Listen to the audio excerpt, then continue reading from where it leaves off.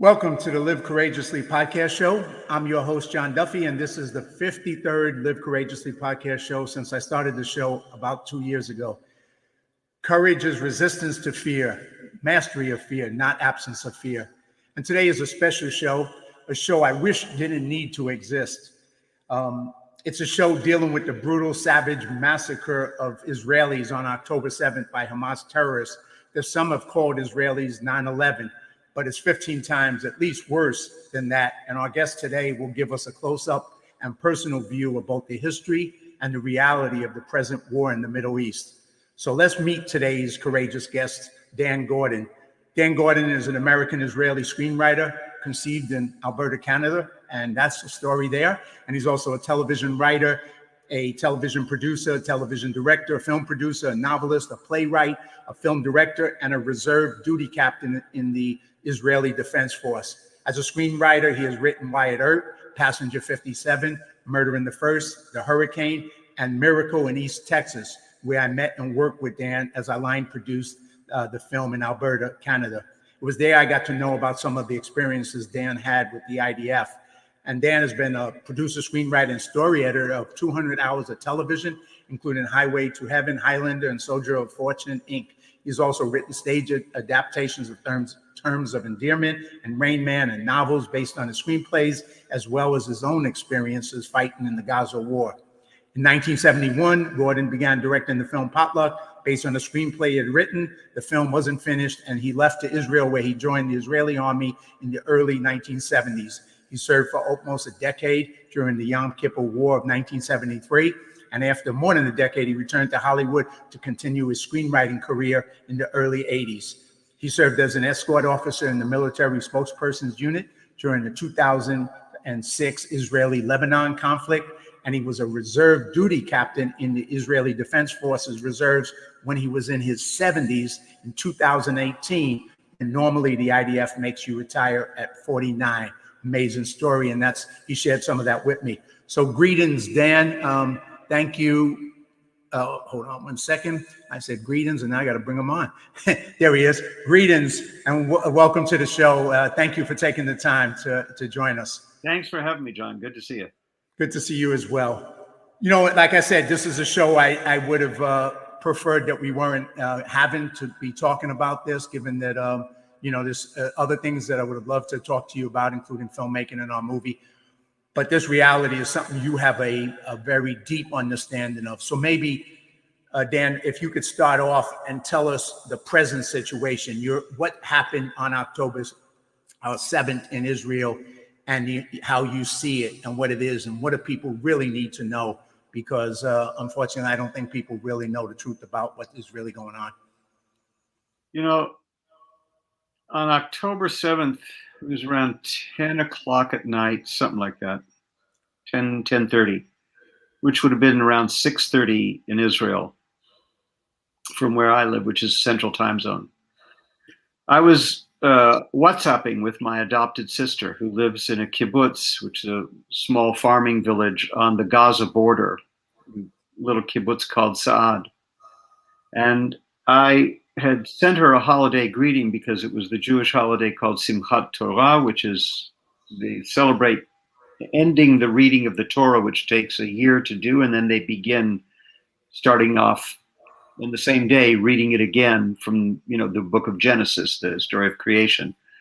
And it was also Shabbat, it was the Sabbath, and every Shabbat I always text or call my sister and wish her, as we say in Hebrew, Shabbat Shalom, which means Sabbath peace. Now, she's very religious, and because she's religious, she turns her phone off when Sabbath starts at sunset. So I didn't get a response, and I didn't expect a response until the following evening, her time, when the Sabbath would be over. And at 6:30 in the morning, roughly her time, I get a WhatsApp from her, and I'm immediately concerned because she would never turn her phone on if it wasn't an emergency. So she had read my greeting, happy holiday. And she said, yes, it's very quote unquote happy.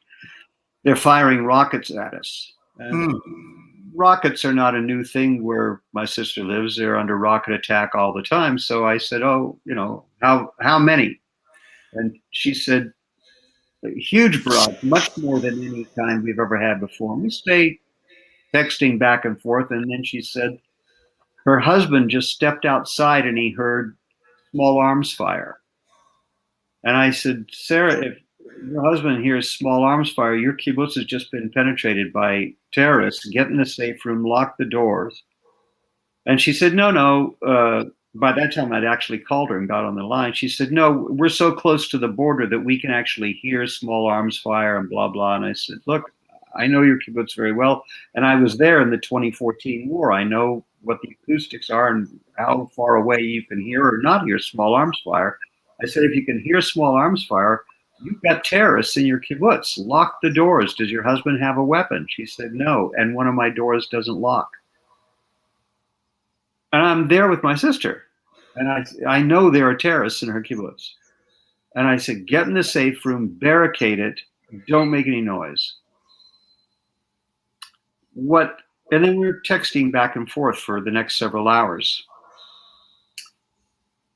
Finally, around 3:30 in the morning, my time, she says, go to sleep. It seems to be quieter now. And pray God I'll still be here in the morning. What neither of us knew was that terrorists had tried to get into her kibbutz. Because it's a religious kibbutz, they actually lock the gate on Sabbath so no one can drive in or drive out. The terrorists tried to get in through the pedestrian gate, so they were shooting the lock and trying to get in through the pedestrian gate. But when they saw they couldn't get in with their vehicles or their motorcycles and they wanted a quick getaway, they literally went across the street to the kibbutz across the street, a place called Kfar Aza. And in Kfar Aza, they butchered, and the English language doesn't have a term for what they did there. They raped women, tortured them, killed women, children, babies, beheaded babies, pulled old people from their beds or their wheelchairs. They killed over 100 people there. And that scene was, we now know it was 2,000 terrorists who had infiltrated Israel all along the border. All the little farming villages in that area were affected all the way up. They had some in Ashkelon. They were in Sderot, in a town called Ofakim, where they wreaked havoc. And we now know that they killed 1,500. 1,500, and that's a new figure because they're still finding bodies. They just found 2 bodies today. Both were children. One was an autistic girl that they had hoped had been taken captive, and they found her and her grandmother murdered together, and they found the body of a boy who hid in the attic after they killed his mother, and the terrorists went up into the attic and butchered the boy there. So it was 1,500 people that they murdered, wounded some 3,000, and kidnapped over 200 people who are now being held hostage in Gaza. And I just put up, this is just some pictures of some of the children who've been kidnapped to Gaza. I just put that on the screen. Yeah. And at my gym today, people had put up these posters around the gym of people, and that's in Venice, California, of people who've been kidnapped, an entire family, yeah. A 2-year-old girl and this other woman. And that's just some of the pictures.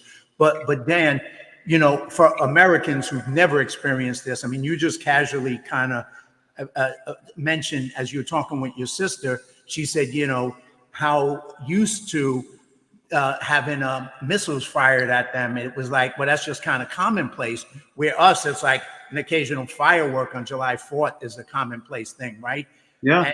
And how can you, it's like that's normal living in that area for your sister.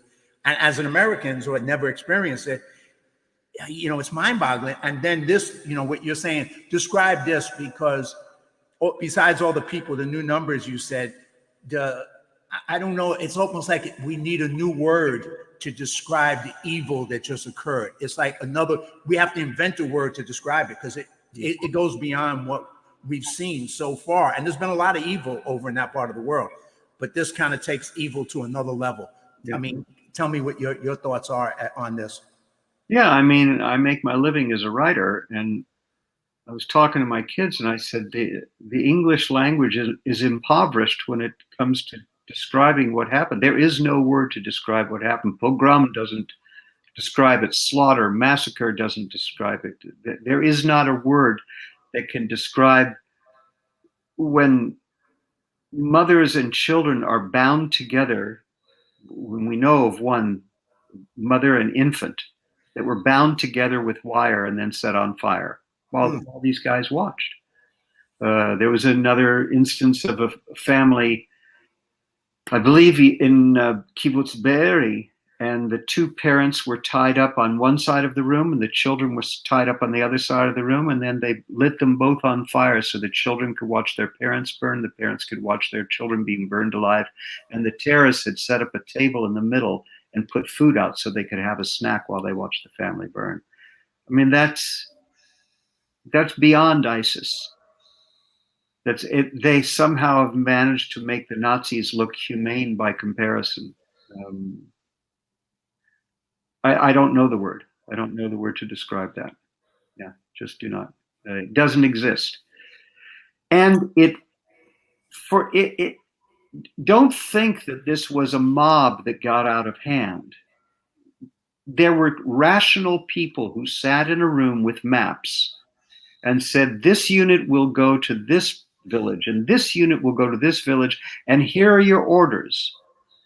Kill, maim, rape, torture as many civilians as possible, and we need to take around 200 hostages. They didn't want to take more than that because then they get out of hand. They're unruly. They had the numbers that they wanted killed. They had the numbers that they wanted taken hostage.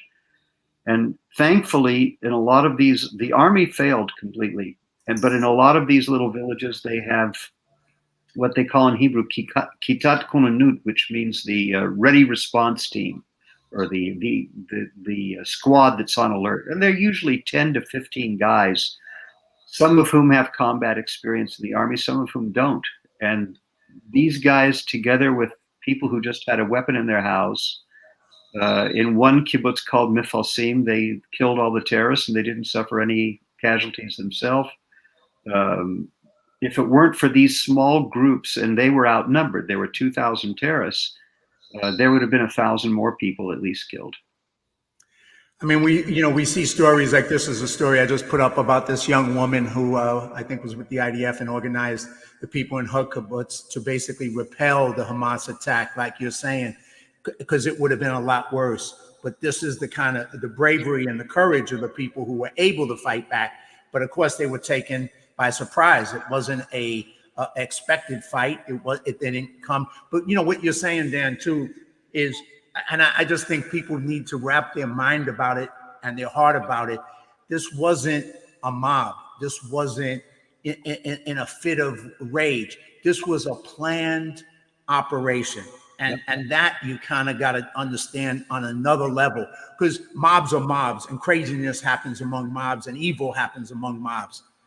But these are rational people who planned this evil and knew what they were going to do. And there wasn't one level of humanity in them at that moment when they did it, I don't think. When I was in the military spokesperson unit, my opposite was a guy, and he's still the spokesperson for Hamas. His name was Abu Ubaidah.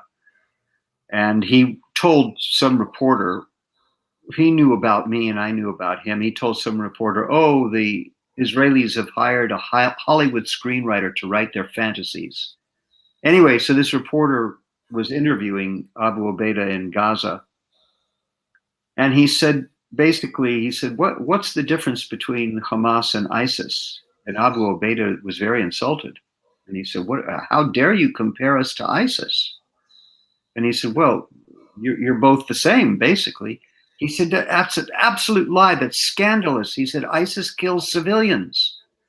And so he said, well, Hamas kills civilians. And Abu Ubaidah's answer was, that's not true. We never kill civilians. We only kill Jews. Not Israelis, Jews. It's not just a question of nationality here. This is Jew hatred, pure and simple.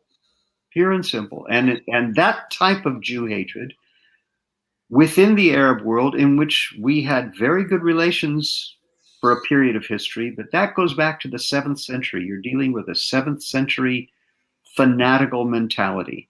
and it hasn't changed since the 7th century.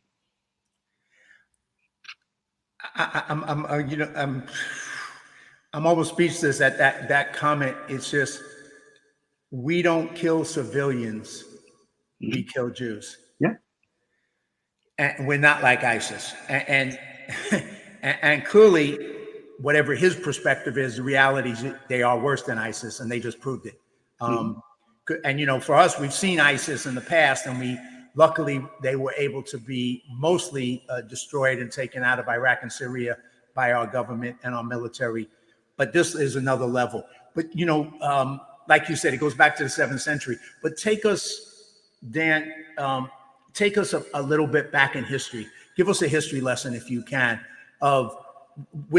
maybe let's start with where Hamas started and where Gaza started, because not everybody understands how that came about, when it came about, how Hamas came about, and who Hamas is. Take us through that little history lesson, if you can. I actually have to back up a little bit before that, because there's a real misconception about that part of the world, excuse me, which Hamas and Hezbollah try to magnify.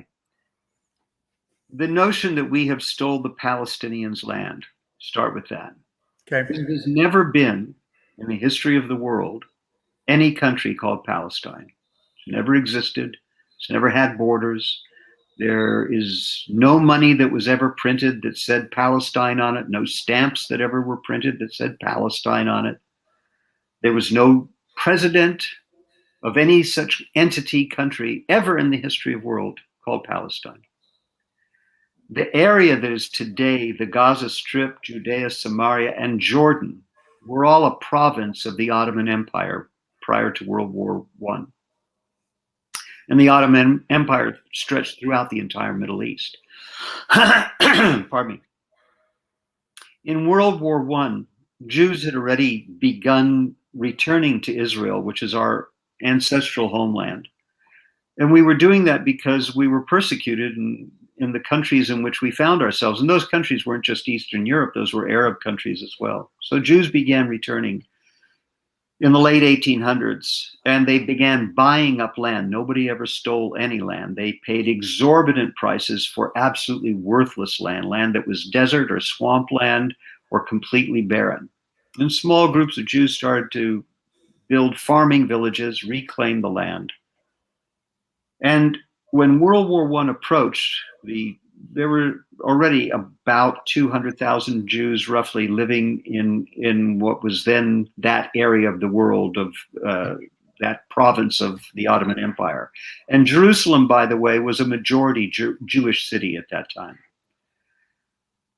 The Jews of that area decided that they would throw in with the Allies against the Ottoman Turks and the Germans, because they believed that if the Allies, the democracies, won, they would have a stake in the victory, and they would be able to say, we deserve a country of our own. We helped you guys destroy the Ottoman Empire. So there were two fighting units of volunteers who fought in World War I. One was the Jewish Legion, and the other was the Zion Mule Corps, and they fought at Gallipoli. But more than that, there was an extraordinary intelligence operation called the Neely Group.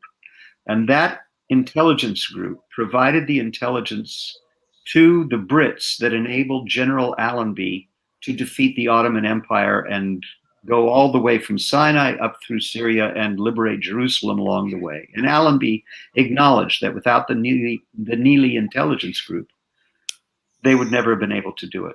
So after World War I, they had a conference called the San Remo Conference to divide up the old Ottoman Empire. And it was supposed to grant independence to the small indigenous peoples of that region. We were one of the indigenous peoples. We go back 3,000 years there. I mean, Jesus walked in Jerusalem. He didn't walk in Al-Quds. We were there 2,000 years before Muhammad's mother was ever born. So they laid their claim at the League of Nations, and the League of Nations said, yes, we agree that the Jews of that area deserve their own country. And they appointed Great Britain to administer what was called the Palestine Mandate. And Britain wanted to do it because it had oil interests in the Middle East and it wanted to hold on to them. So the first thing that Britain did was to lop off 70% of what was supposed to be our homeland and create what was called the Hashemite Kingdom of Jordan. There had never been such a country in the history of the world. They did that. Their army was officered by British officers, and that way they could maintain their colonial hold over part of the Middle East. And they were also protecting an oil pipeline that went from Iraq to Haifa. And so during that period, as soon as it looked like we were going to get a country of our own, the fanatical Palestinians, and by the way, no Arab at that time called himself a Palestinian. The only person who called themselves Palestinians were Jews. The Arabs called themselves Arabs. They were led by a guy who was the Grand Mufti of Jerusalem named Haj Amin al-Husseini. And he started a massacre in Jaffa and in Hebron, which Hebron is where Abraham is buried. That's the founder of our religion, and his wife Sarah is buried there. It's called the Tomb of the Patriarchs. That's how far we go back in Hebron. They massacred the entire Jewish population of Hebron, wiped it out. They had lived there for 3,000 years. What year? What year was that then? That was in the 20s. I think it was 1927. Okay. And they did the same to the Jews of Jaffa. And then in 1930s, there was around 36, there was what they called the Arab Revolt, which the Brits wanted to put down, again, because they wanted to protect their pipeline. And in that Arab Revolt, they were massacring Jews. At that point in time, the Brits said, well, maybe we ought to get out of this area. It's too violent for us. Everybody's fighting everybody, and they're fighting us. And we got the mandate from the League of Nations in order to prepare a Jewish state. So they appointed Lord Peel to head up a commission called the Peel Commission.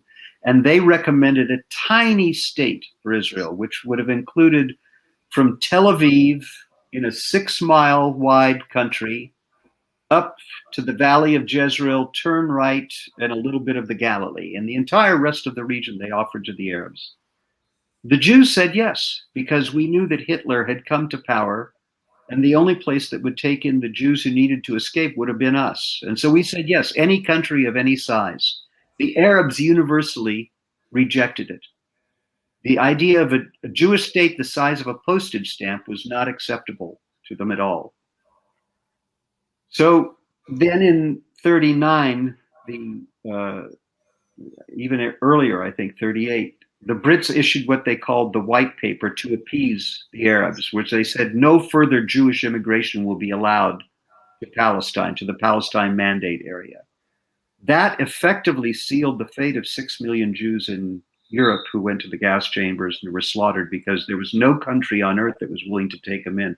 The one country that would have been Israel, and we didn't have a country, and the Brits, in contravention of the League of Nations, shut off immigration.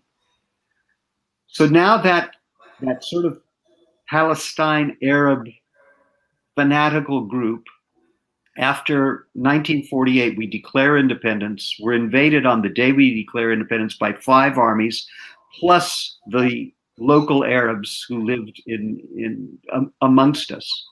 It was a 1.5 year long war. At the end of that war, the borders that you're showing on your map were established, and Israel was an independent state.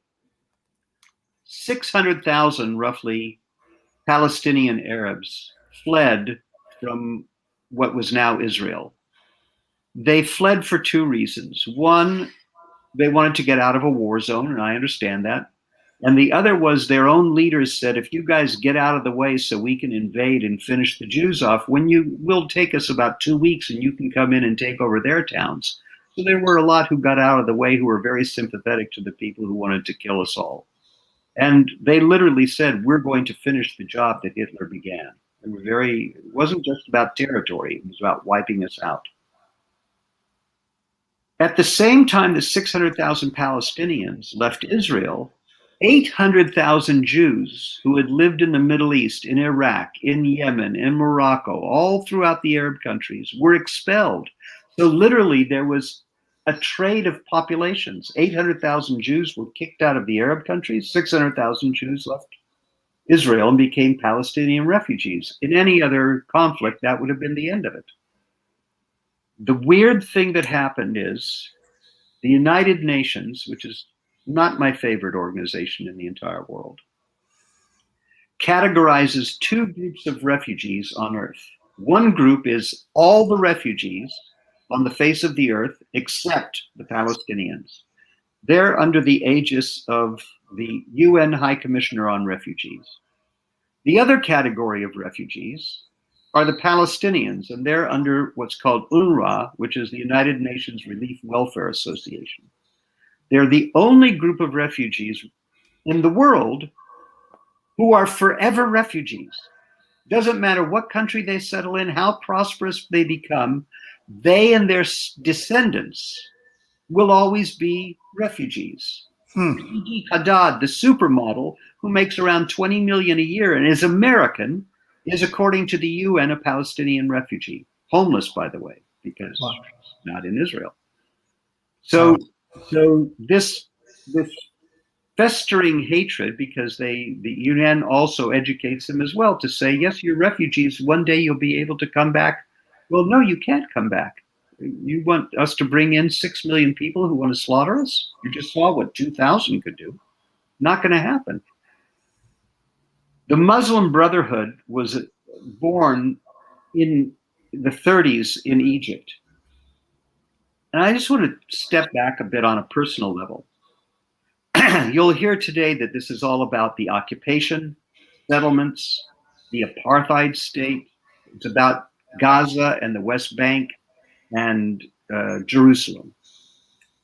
When I was a kid growing up in Israel in 1963, I left my kibbutz where I lived because I wanted to go to a young kibbutz. I was not an older kibbutz that was 40 years old, and I wanted to be with young people. So I was going to volunteer on a young kibbutz. It was a place called Nahal Oz, right on the border with Gaza.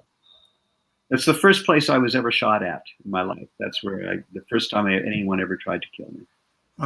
And I was shot at for the crime of planting a palm tree and being Jewish. And then at that time, they called the terrorists who came out of Gaza Fedayeen. Well, 7 years before I was shot at, there was a kid named Ro'i Rothberg who was in 1956 in Nahal Oz. He was shot, he was drugged into Gaza, he was tortured, and then finally he was shot again and killed. And his body was later returned to Israel by the UN in a swamp. Moshe Dayan, who was the chief of staff of the Israeli army at the time, gave his eulogy. This is written 67 years ago. Just listen to it and see if you can think that anything has changed. Early yesterday morning, Ro'i was murdered. The quiet of the spring morning dazzled him, and he did not see those waiting in ambush for him at the edge of the field. How did we shut our eyes and refuse to look squarely at our fate and see in all its brutality the destiny of our generation? Beyond that border, he was talking about Gaza, is a sea of hatred and revenge swelling, waiting the day when serenity will dull our path, for the day when we will heed the ambassadors of malevolent hypocrisy who call upon us to lay down our arms. Ro'i's blood is calling out to us and only us from his torn and shredded body. Although we swore 1,000 times that our blood would not flow in vain, yesterday we were seduced. We listened. We believed. We will make a reckoning with ourselves today, for without the steel helmet and the cannon's barrel, we will never be able to plant a tree or build a home. Let us not be deterred from seeing the loathing that is inflaming and filling the lives of hundreds of thousands of Arabs who live around us and await the moment in which their hand will be able to attain our blood. Let us not avert our eyes, lest our arms weaken. This is the fate of our generation, to be prepared, to be armed, to be strong and determined, lest the sword be stricken from our hand and our lives be cut down. The young Ro'i who left Tel Aviv to build his home at the gates of Gaza, to be a wall for us, was blinded by the light in his heart, and he did not see the flash of the sacrificial knife.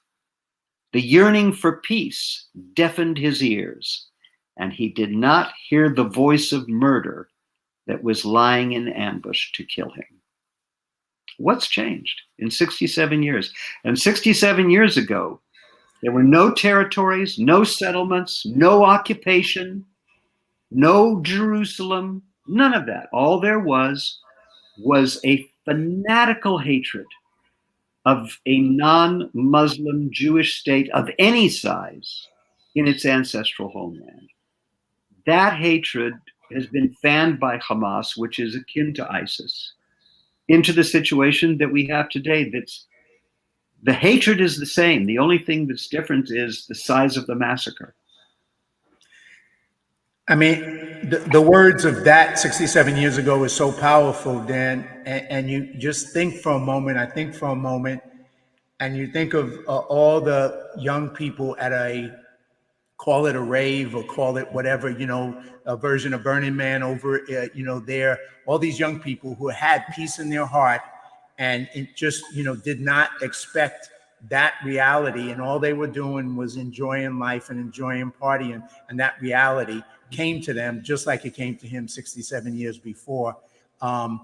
It just echoes so powerful times so much. Thank you for sharing that. I think people just, you got to almost listen to it a couple of times to absorb how powerful that reality, unfortunately, is today.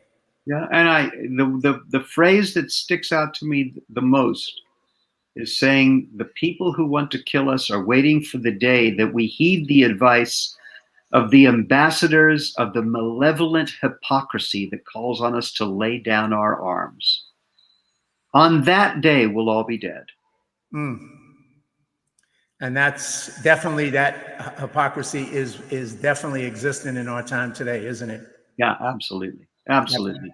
When you have a quote, I think this, if I know that's not the one, if I can find it, and I may not even have the picture, but Go to My Air said a quote, and you probably know it by heart, about the situation in the Middle East, about there'll be peace when the Arabs, and I don't exactly remember the thing, but maybe you do. There will be peace when the Arabs love their children more than they hate ours. Yeah.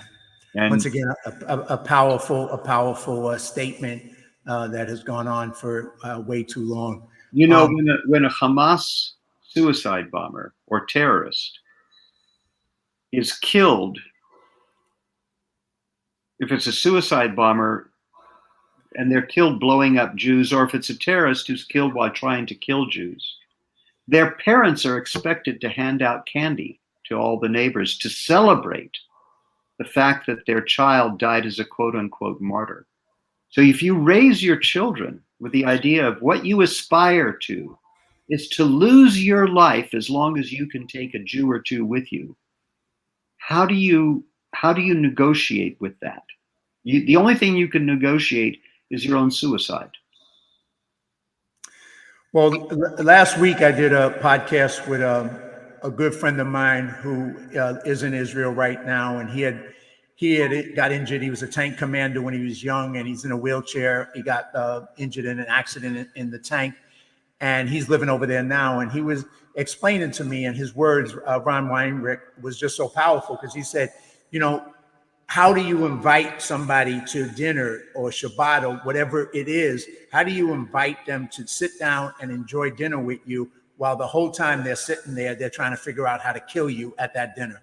How can you have a dinner with them? How can you have peace with people like that who are not coming to share with you what you're offering them as a gift and as a dinner, but they're coming to figure out how to kill you and kill everybody in that room? How do you find a solution to that with those kind of people? And that's who Hamas is, ISIS times 10. And I'll tell you a story, because I don't want to say all Palestinians have this kind of fanatical hatred. They don't. I agree. Israel is 20% of Israel's population is Israeli Arabs. 20% of our doctors in all of our hospitals are Israeli Arabs. Almost 90% of our pharmacists are Israeli Arabs. Wow. The relationships are excellent. And I remember in 2011-12, when we went into Gaza, it was Operation Cast lead. Maybe it's 2010. I've been in so many wars, and I've been in 6 wars, so I get the dates mixed up sometime. Wow. We went into a place called Alatatra, and I was attached to an airborne battalion, which was commanded at that time by the guy who today is the chief of staff, Herzl Levy. And because I was older than anybody there, including much older than Herzl Levy, I mean, I was born in 47. There was a Palestinian farmer who saw my gray hair and assumed that I was the commander of this unit. And he could speak Hebrew. He was of that generation that used to work in Israel and had good relations with the Israelis. And he came to me and he said in Hebrew, he said, "Commander," he said, "why don't you go in there and kill them all?" And I said, "Who am I supposed to kill?" He said, "Hamas." I said, what do you have against Hamas? Those are your guys. And he said, "You see this field that we're standing in?" I said, "Yeah." He said, "This used to be my farm." He said, "I grew the best sunflower seeds in the entire Middle East. People used to come from everywhere for my sunflower seeds." And I don't believe he was exaggerating, because that area grows good sunflower seeds. He said, "And then Hamas came in. They kicked me off my farm. They took my farm, and today it grows rockets." He said, "I can't feed my family rockets." He said, "Go in and kill them all." Now, he could say that to me. He couldn't say that to them, because they'd kill him. So my heart goes out to the people who live in Gaza, because I would say half of them, according to the latest polls, support Hamas, but half of them don't. And they're prisoners there, and they live a miserable life. They, I guarantee you, will not be sad on the day when Hamas no longer rules them. Well, I just want to kind of echo what you said on a couple of points right there, because one, like, you said all the Palestinian people are not like that. And the listing of the Palestinian people and the Arab who are in Israel as pharmacists, as doctors, etc., and that there's, that distinction between Palestinian people and Hamas is an important distinction to make. And when you look historically, you look at a situation like in Cambodia, where you had the Khmer Rouge, which was the rulers of the Cambodian people, and they killed millions of their own people. The Cambodian people were good people. The Khmer Rouge was an evil entity that was destroying their own people as well as others. That's what Hamas is. The distinction between the Palestinians and Hamas is an important distinction. And evil is Hamas. The Palestinian people are the people. That's a different reality. You see the same thing in Lebanon with Hezbollah.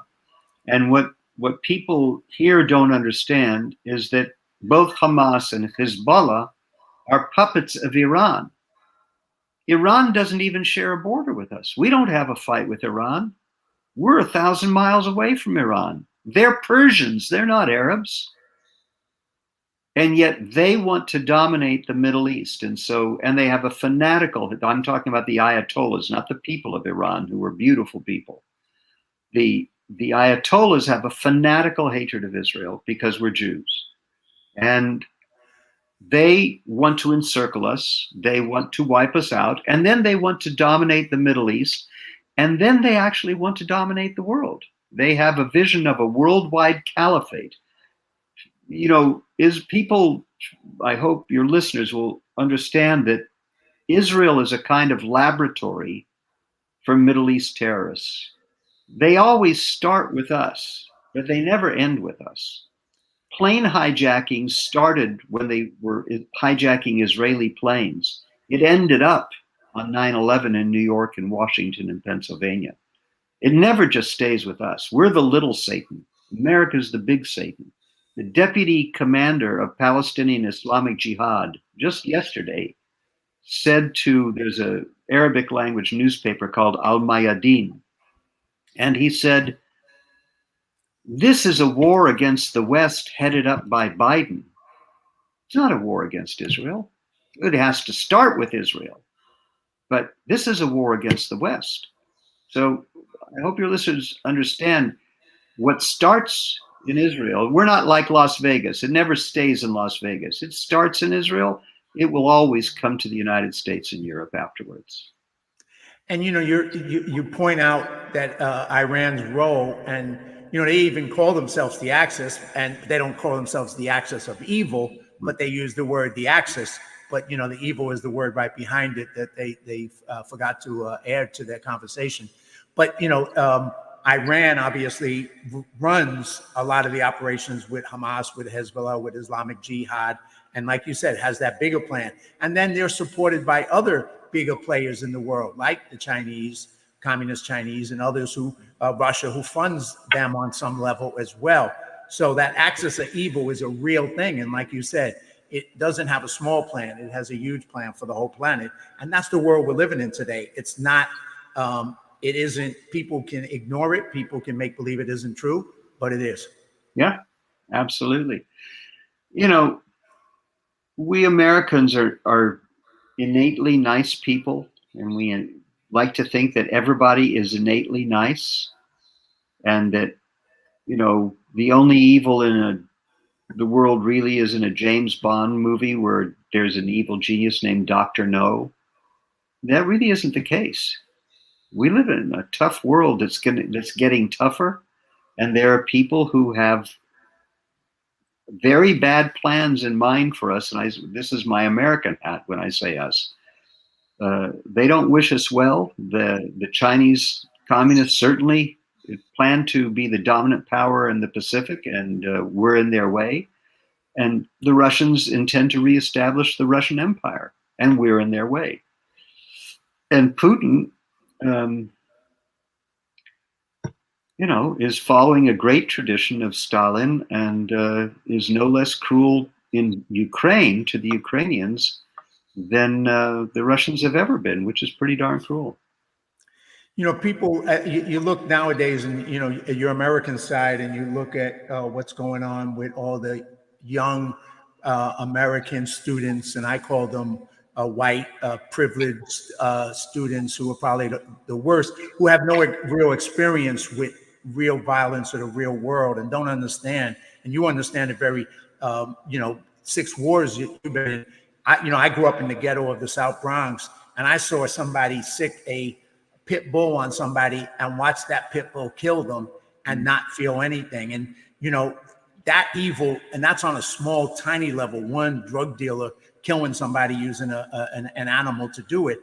But I've seen that evil up close and personal. So I know it exists and it's real. And you take it to the political world, then it's even worse and bigger and much more dangerous than one individual, clearly.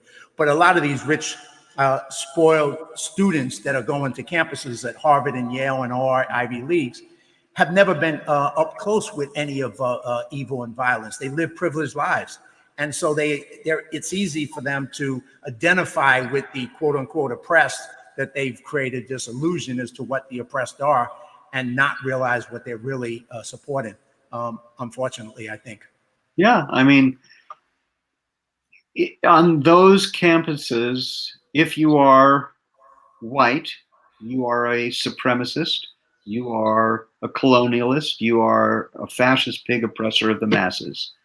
If you are a person of color, no matter what atrocities you may have committed in whatever countries you may have come from, you are entitled to commit those atrocities. I mean, right now you will hear at Harvard, at Yale, at Princeton, at Columbia University, the slogan, "by any means necessary."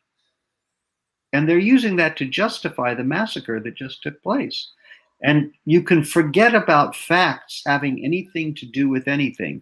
And I think the best example of that is this thing that just happened with the hospital in in Gaza, which was struck by a Palestinian Islamic Jihad rocket. And I can, tell you on a personal basis what the rockets that they use look like on impact. They make a very small indentation when the rocket cone hits before they explode.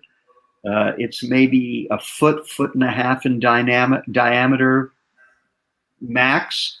It is a shrapnel explosive device. Israel drops 500-pound bombs, and we also can drop JDAMs, which are 1,000-pound bombs. When those bombs hit, I guarantee you they will get your attention, and they leave a sizable crater. They leave a crater that's 15 feet across. If it's a JDAM, you're talking about 25, 30 feet across, 3 or 4 feet deep. You don't have any doubt when you see a 500-pound bomb impact or a 1,000-pound bomb impact.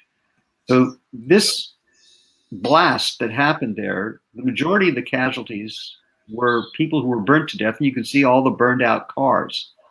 That's because it was from a rocket that fell short that had a full payload of fuel in it. So that propellant exploded and killed those poor people who were gathered in that hospital. We have video footage from 2 different sources, and no one can say, oh, this was manufactured by Israel, because one of the videos was shot by Al Jazeera in Gaza. It wasn't us that handed it over. It's an Al Jazeera video, and you see a rocket take off, and then all of a sudden it starts to bank and turn back. And then it seems like there's a malfunction. You can see a flash, not an explosion, but like a flash, like the motor flared out on the rocket. And then you see the impact and the blast. But those are facts. They just get in the way of what the narrative is. And so you even hear on the BBC, which reflects the mindset of our elite colleges, they had a guest on who said, it really doesn't matter what the truth is. And I just sat there and hearing that sentence in shock. He said, it just doesn't matter. It's irrelevant. There has to be an immediate ceasefire, which means, put it to an analogy of the United States. Japan bombs Pearl Harbor. We send over Jimmy Doolittle, who bombs Tokyo. And the Japanese say, we've got to have an immediate ceasefire. You can't have the battle in Midway after we just took out the Pacific Fleet and killed 3,000 Americans. That's not the way war works. You don't get a free first punch, especially not when your objective is genocide, period. I mean, the days when Jews stood at the side of a pit naked with their hands over their children's eyes, waiting to be shot, or walked into gas chambers because they were helpless and had no army and had no state and had no one who would stand up for them. Those days are over. We've got a state, we've got an army, and we're not going to acquiesce to our own suicide, not to please anyone, not to please the New York Times, not to please the students of Harvard or Columbia or the BBC or anyone. We just are not going to be nice and die quietly. It's not going to happen. Well, I think, people who, once again, who don't understand, it's just like if someone comes in, you're in a bar and someone comes in and you're with your family and they kill them, you're not supposed to do anything in response because now the person's no longer doesn't want to fight anymore. Let's forget it. It's over. It's over. Let's just, make peace. No, it doesn't work like that. It doesn't work like that on a personal level. It doesn't work like that in a war level. When somebody has done what they did, you need to eliminate them on every level, and that's what you're suggesting. But one of the biggest things that you're kind of touching on, Dan, and that's part of the hard problem, is this propaganda war. And they're very good at the propaganda war. And what you just said, I mean, they may be masters of it. The ability to take something that happened and immediately turn the press and the world and even a prime minister in Canada to be able to condemn them for blowing up this hospital and killing 500 kids without even getting the information as to what happened, immediately jumping on a side and choosing that side and blaming people, and then later not retracting the fact that you made that mistake. That's how powerful that propaganda war is that no matter what happens, it's going to try to be flipped, turned, and used against Israelis as the Israelis try to handle this war going forward. That's just my opinion watching it. But I'm sure you got even better insights than I do. That's for sure. Well, Lenin used to call the left-wing elites in this country useful idiots, and the media. And I'm a child of the left. When I was a kid, kibbutz is a collective farm. I was and very proud that I was in the civil rights marches, and very happy that I was in the civil rights marches. But I was out there singing Pete Seeger songs, and I considered myself a leftist. I considered myself aligned with people who were oppressed and trying to make the world a better place. I didn't, this is the ancient left. I did not see all white people as racists. I did not see capitalism as the evilest force in the world. But today, you have the media, whether it's the New York Times or the Washington Post or the BBC or the LA Times, which I'll tell you a story about in a second, racing to say Palestinian health minister, the Palestinian Ministry of Health today said that it was an Israeli airstrike that killed 500 people within 5 minutes. Who is the Palestinian Ministry of Health? They're Hamas. So do you think that an organization that just ordered the mass murder of men, women, and children, rape, torture, kidnapping of children, murder of babies in their bed, beheading babies, do you think they would blanch at a stretch of the truth? Do you think they would draw the moral line at lying? Oh, I'm sorry, that's a line we won't cross. We're not going to lie. Well, no one even bothered to question it. No one even bothered to say there was something got hit here. There was an explosion. It's a war zone. They call it the fog of war for a reason. It's going to take some time to figure out what happened here. 100%. And when Israel says we don't target hospitals, I can tell you from my own experience, my last day in service was March 14th, 2018. It was the day that the United States moved the American embassy to Jerusalem. And my unit, the Givati Brigade, which is a very good infantry brigade, was deployed on the Gaza border because Hamas had called for the Great March of the Return. 100,000 Gazans were going to march on the border and just walk through the border fence. Well, it was all BS because they were using that march and they were burning tires to create a smokescreen as a distraction to launch 7 terrorist attacks against us that day. 7 on that line. And my brigade was there and we were reinforced by a unit called Yamam, which is a very elite special forces unit. We killed 63 people, I believe, that day. 57 of them, Hamas themselves claimed as Hamas terrorists. They called them Hamas operatives. When our snipers identified a target that was a person that was shooting at us, and we were under small arms fire, grenades, Molotov cocktails.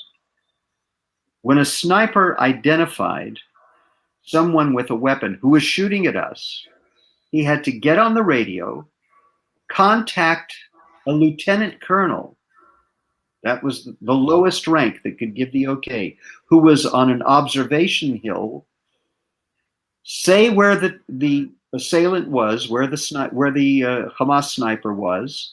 The lieutenant colonel had to locate that target, see that target was firing on us, give the okay, and then the sniper could take a shot. Even though we were under fire. And I was furious. I was like, well, what?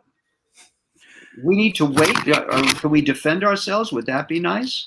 But those were the rules of engagement that we had. So I guarantee you the Israeli army doesn't target hospitals. Shit happens in wars, and sometimes, you can, I think it was the Chinese embassy. It was bombed in Bosnia during that war by the Americans, and it was a mistake. That sure. Happened. Israel owns up to it when it makes a mistake like that. But there have been so many of these things which were total BS, and the media eats it up and then never retracts. And you can see the riots going on in the Middle East. They have blood on their hands. Yeah, because the media and them fanning the flames, because that's what they're doing. They're fanning the flames. And I remember you telling me that story about 2018 when you you were like 70 years old when you had to get a special approval. We were up in Alberta, Canada, making the movie, and you told me about, which I found to be such an I amazing, had literally fascinating story to hear this from you, because I didn't know this background. I was just, I thought, well, you wrote this script, and then all of a sudden we went into your life and your background, and it really was amazing to hear some of that experience that you had. Well, I had literally come from the Gaza border, got on a plane, and flown to Canada to be on the set. It was exactly that time. Amazing. And it must have been, what a difference from that in the middle of a war thing to the experience we had in Canada, which was such a great experience. And your story that, led to it, Miracle in East Texas, was such a fun, true story movie that you wrote. So here, what a difference. But you also mentioned, and just, to throw real quick, you were on the left. I was on the far left. I grew up in a ghetto in the South Bronx. I hung out with the Black Panthers and the Black Muslims. Wow. I marched in Tupelo against the Klan. I became a Maoist leader for 10 years of my life, working with the Chinese communists and supporting the Pol Pot. So I know the left intimately, really intimately. And thank God I'm no longer there, and I've understood what that is and what it isn't. The utopia dream that they promote versus the reality, which is a nightmare. And that's the same with the Islamic movements. They promote to their people a utopia, but what they really create is a hell. That's what they create. Yeah.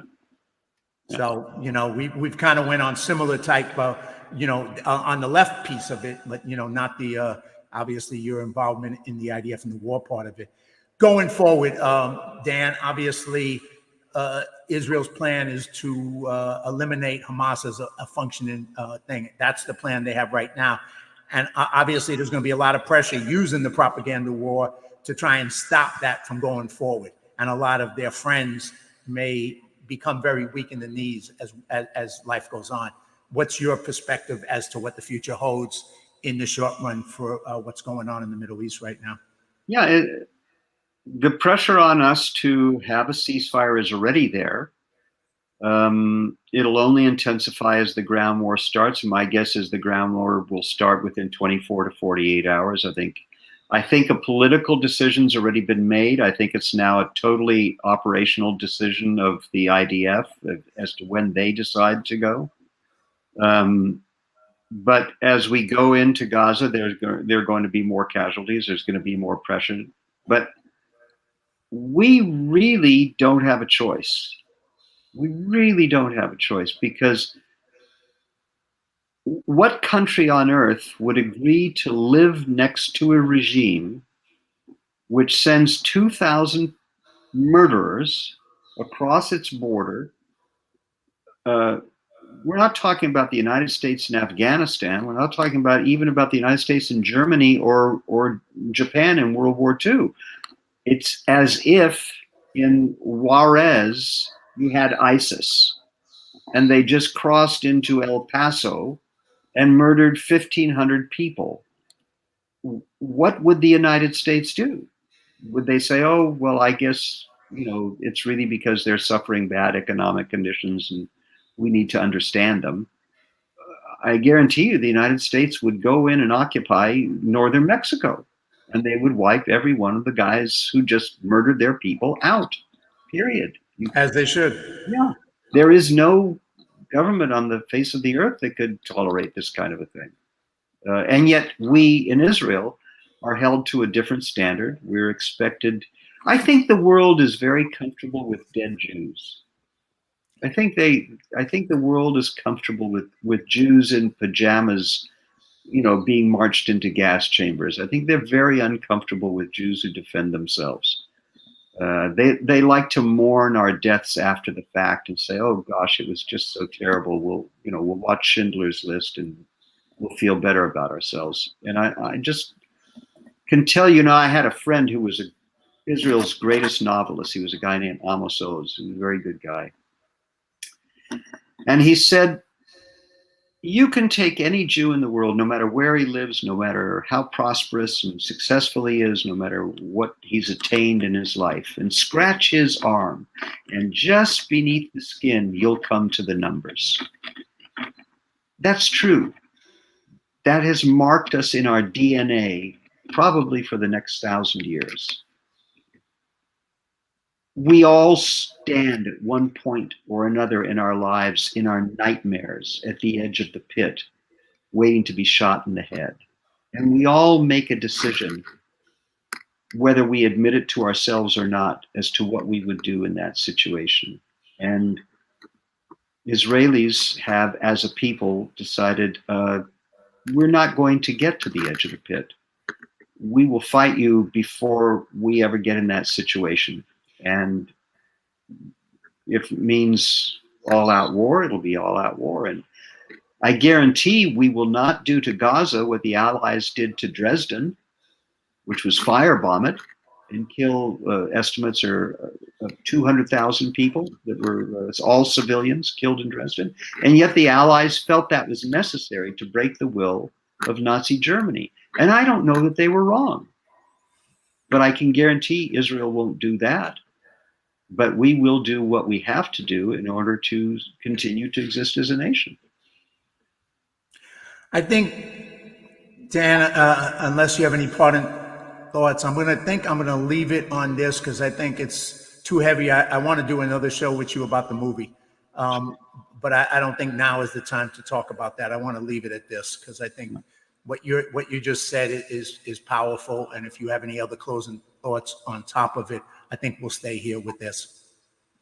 Yeah, I would just, ask your viewers, the people who listen to your podcast, to consider what they would do in our situation, to consider what they would do. If I can tell you, there's not an Israeli that has not lost a friend, dear friend, or a family member who's either not been killed, wounded, or taken hostage. It's a small country. And I just talking to one of my best friends, Doron Almog. Doron Almog is a retired major general. And 25 years ago, something like that, he was career Army. And he was supposed to be at a family dinner, a reunion dinner in Haifa at a restaurant called Maxim. I know that restaurant real well. I used to eat there all the time. It was a nice family restaurant. But he was career Army, and as happens when you're a career Army officer, things come up, and so he was late. Because he was late, he wasn't killed by the suicide bomber who killed 7 members of his family, including his parents. He, in this last massacre, after he lost 7 members of his family to a Hamas terrorist, 6 members of his family were killed in a kibbutz Kfar Aza. 2 parents, their 4 children, 2 boys and 2 girls, all murdered together in their home. And he doesn't live down there, but that story repeats itself throughout Israel. There's no one who hasn't been touched by that. So I would ask your viewers to ask themselves what they would do were they in Israel's position. What would they want their government to do were they in Israel's position? If suddenly Mexico said, you stole California from us, and now we're going to take back our rightful land, and the way we're going to do it is by sending in 2,000 people into San Diego to murder everybody you could find. Just ask yourself what you would want your country to do in that case, and then spread the word. And I appreciate it. Appreciate you having me on, John. Hey, Dan, thank you so much. I just pray for and hope your family in Israel is safe, and all the people of Israel. And and one can only hope that the evil that is Hamas is eliminated from this planet, because they need to be eliminated from this planet. And then in the future, that there may be a time where the people can once again get to a point of peace and get back to the humanity that everybody has. But until evil is eradicated, that's probably not going to happen. And I think we're all facing some difficult times ahead. So just, my prayers and wishes to the people of Israel, to you, your family, and everybody, Dan. And once again, thank you. And then we'll come back and have a lighter day on something that you created that I would, can't wait to have people see. I would love to, and thank you. And I just leave with this one anecdote. General Schwarzkopf was asked after 9/11, do you think the American people can ever forgive the people who perpetrated 9/11? And he famously answered, forgiveness is God's business. Our job is to arrange the meeting. I think I heard that one. A good way to end it. Thank you, Dan. All my best. God bless. And we'll talk soon. Thank you very much. Bye. All right. Bye.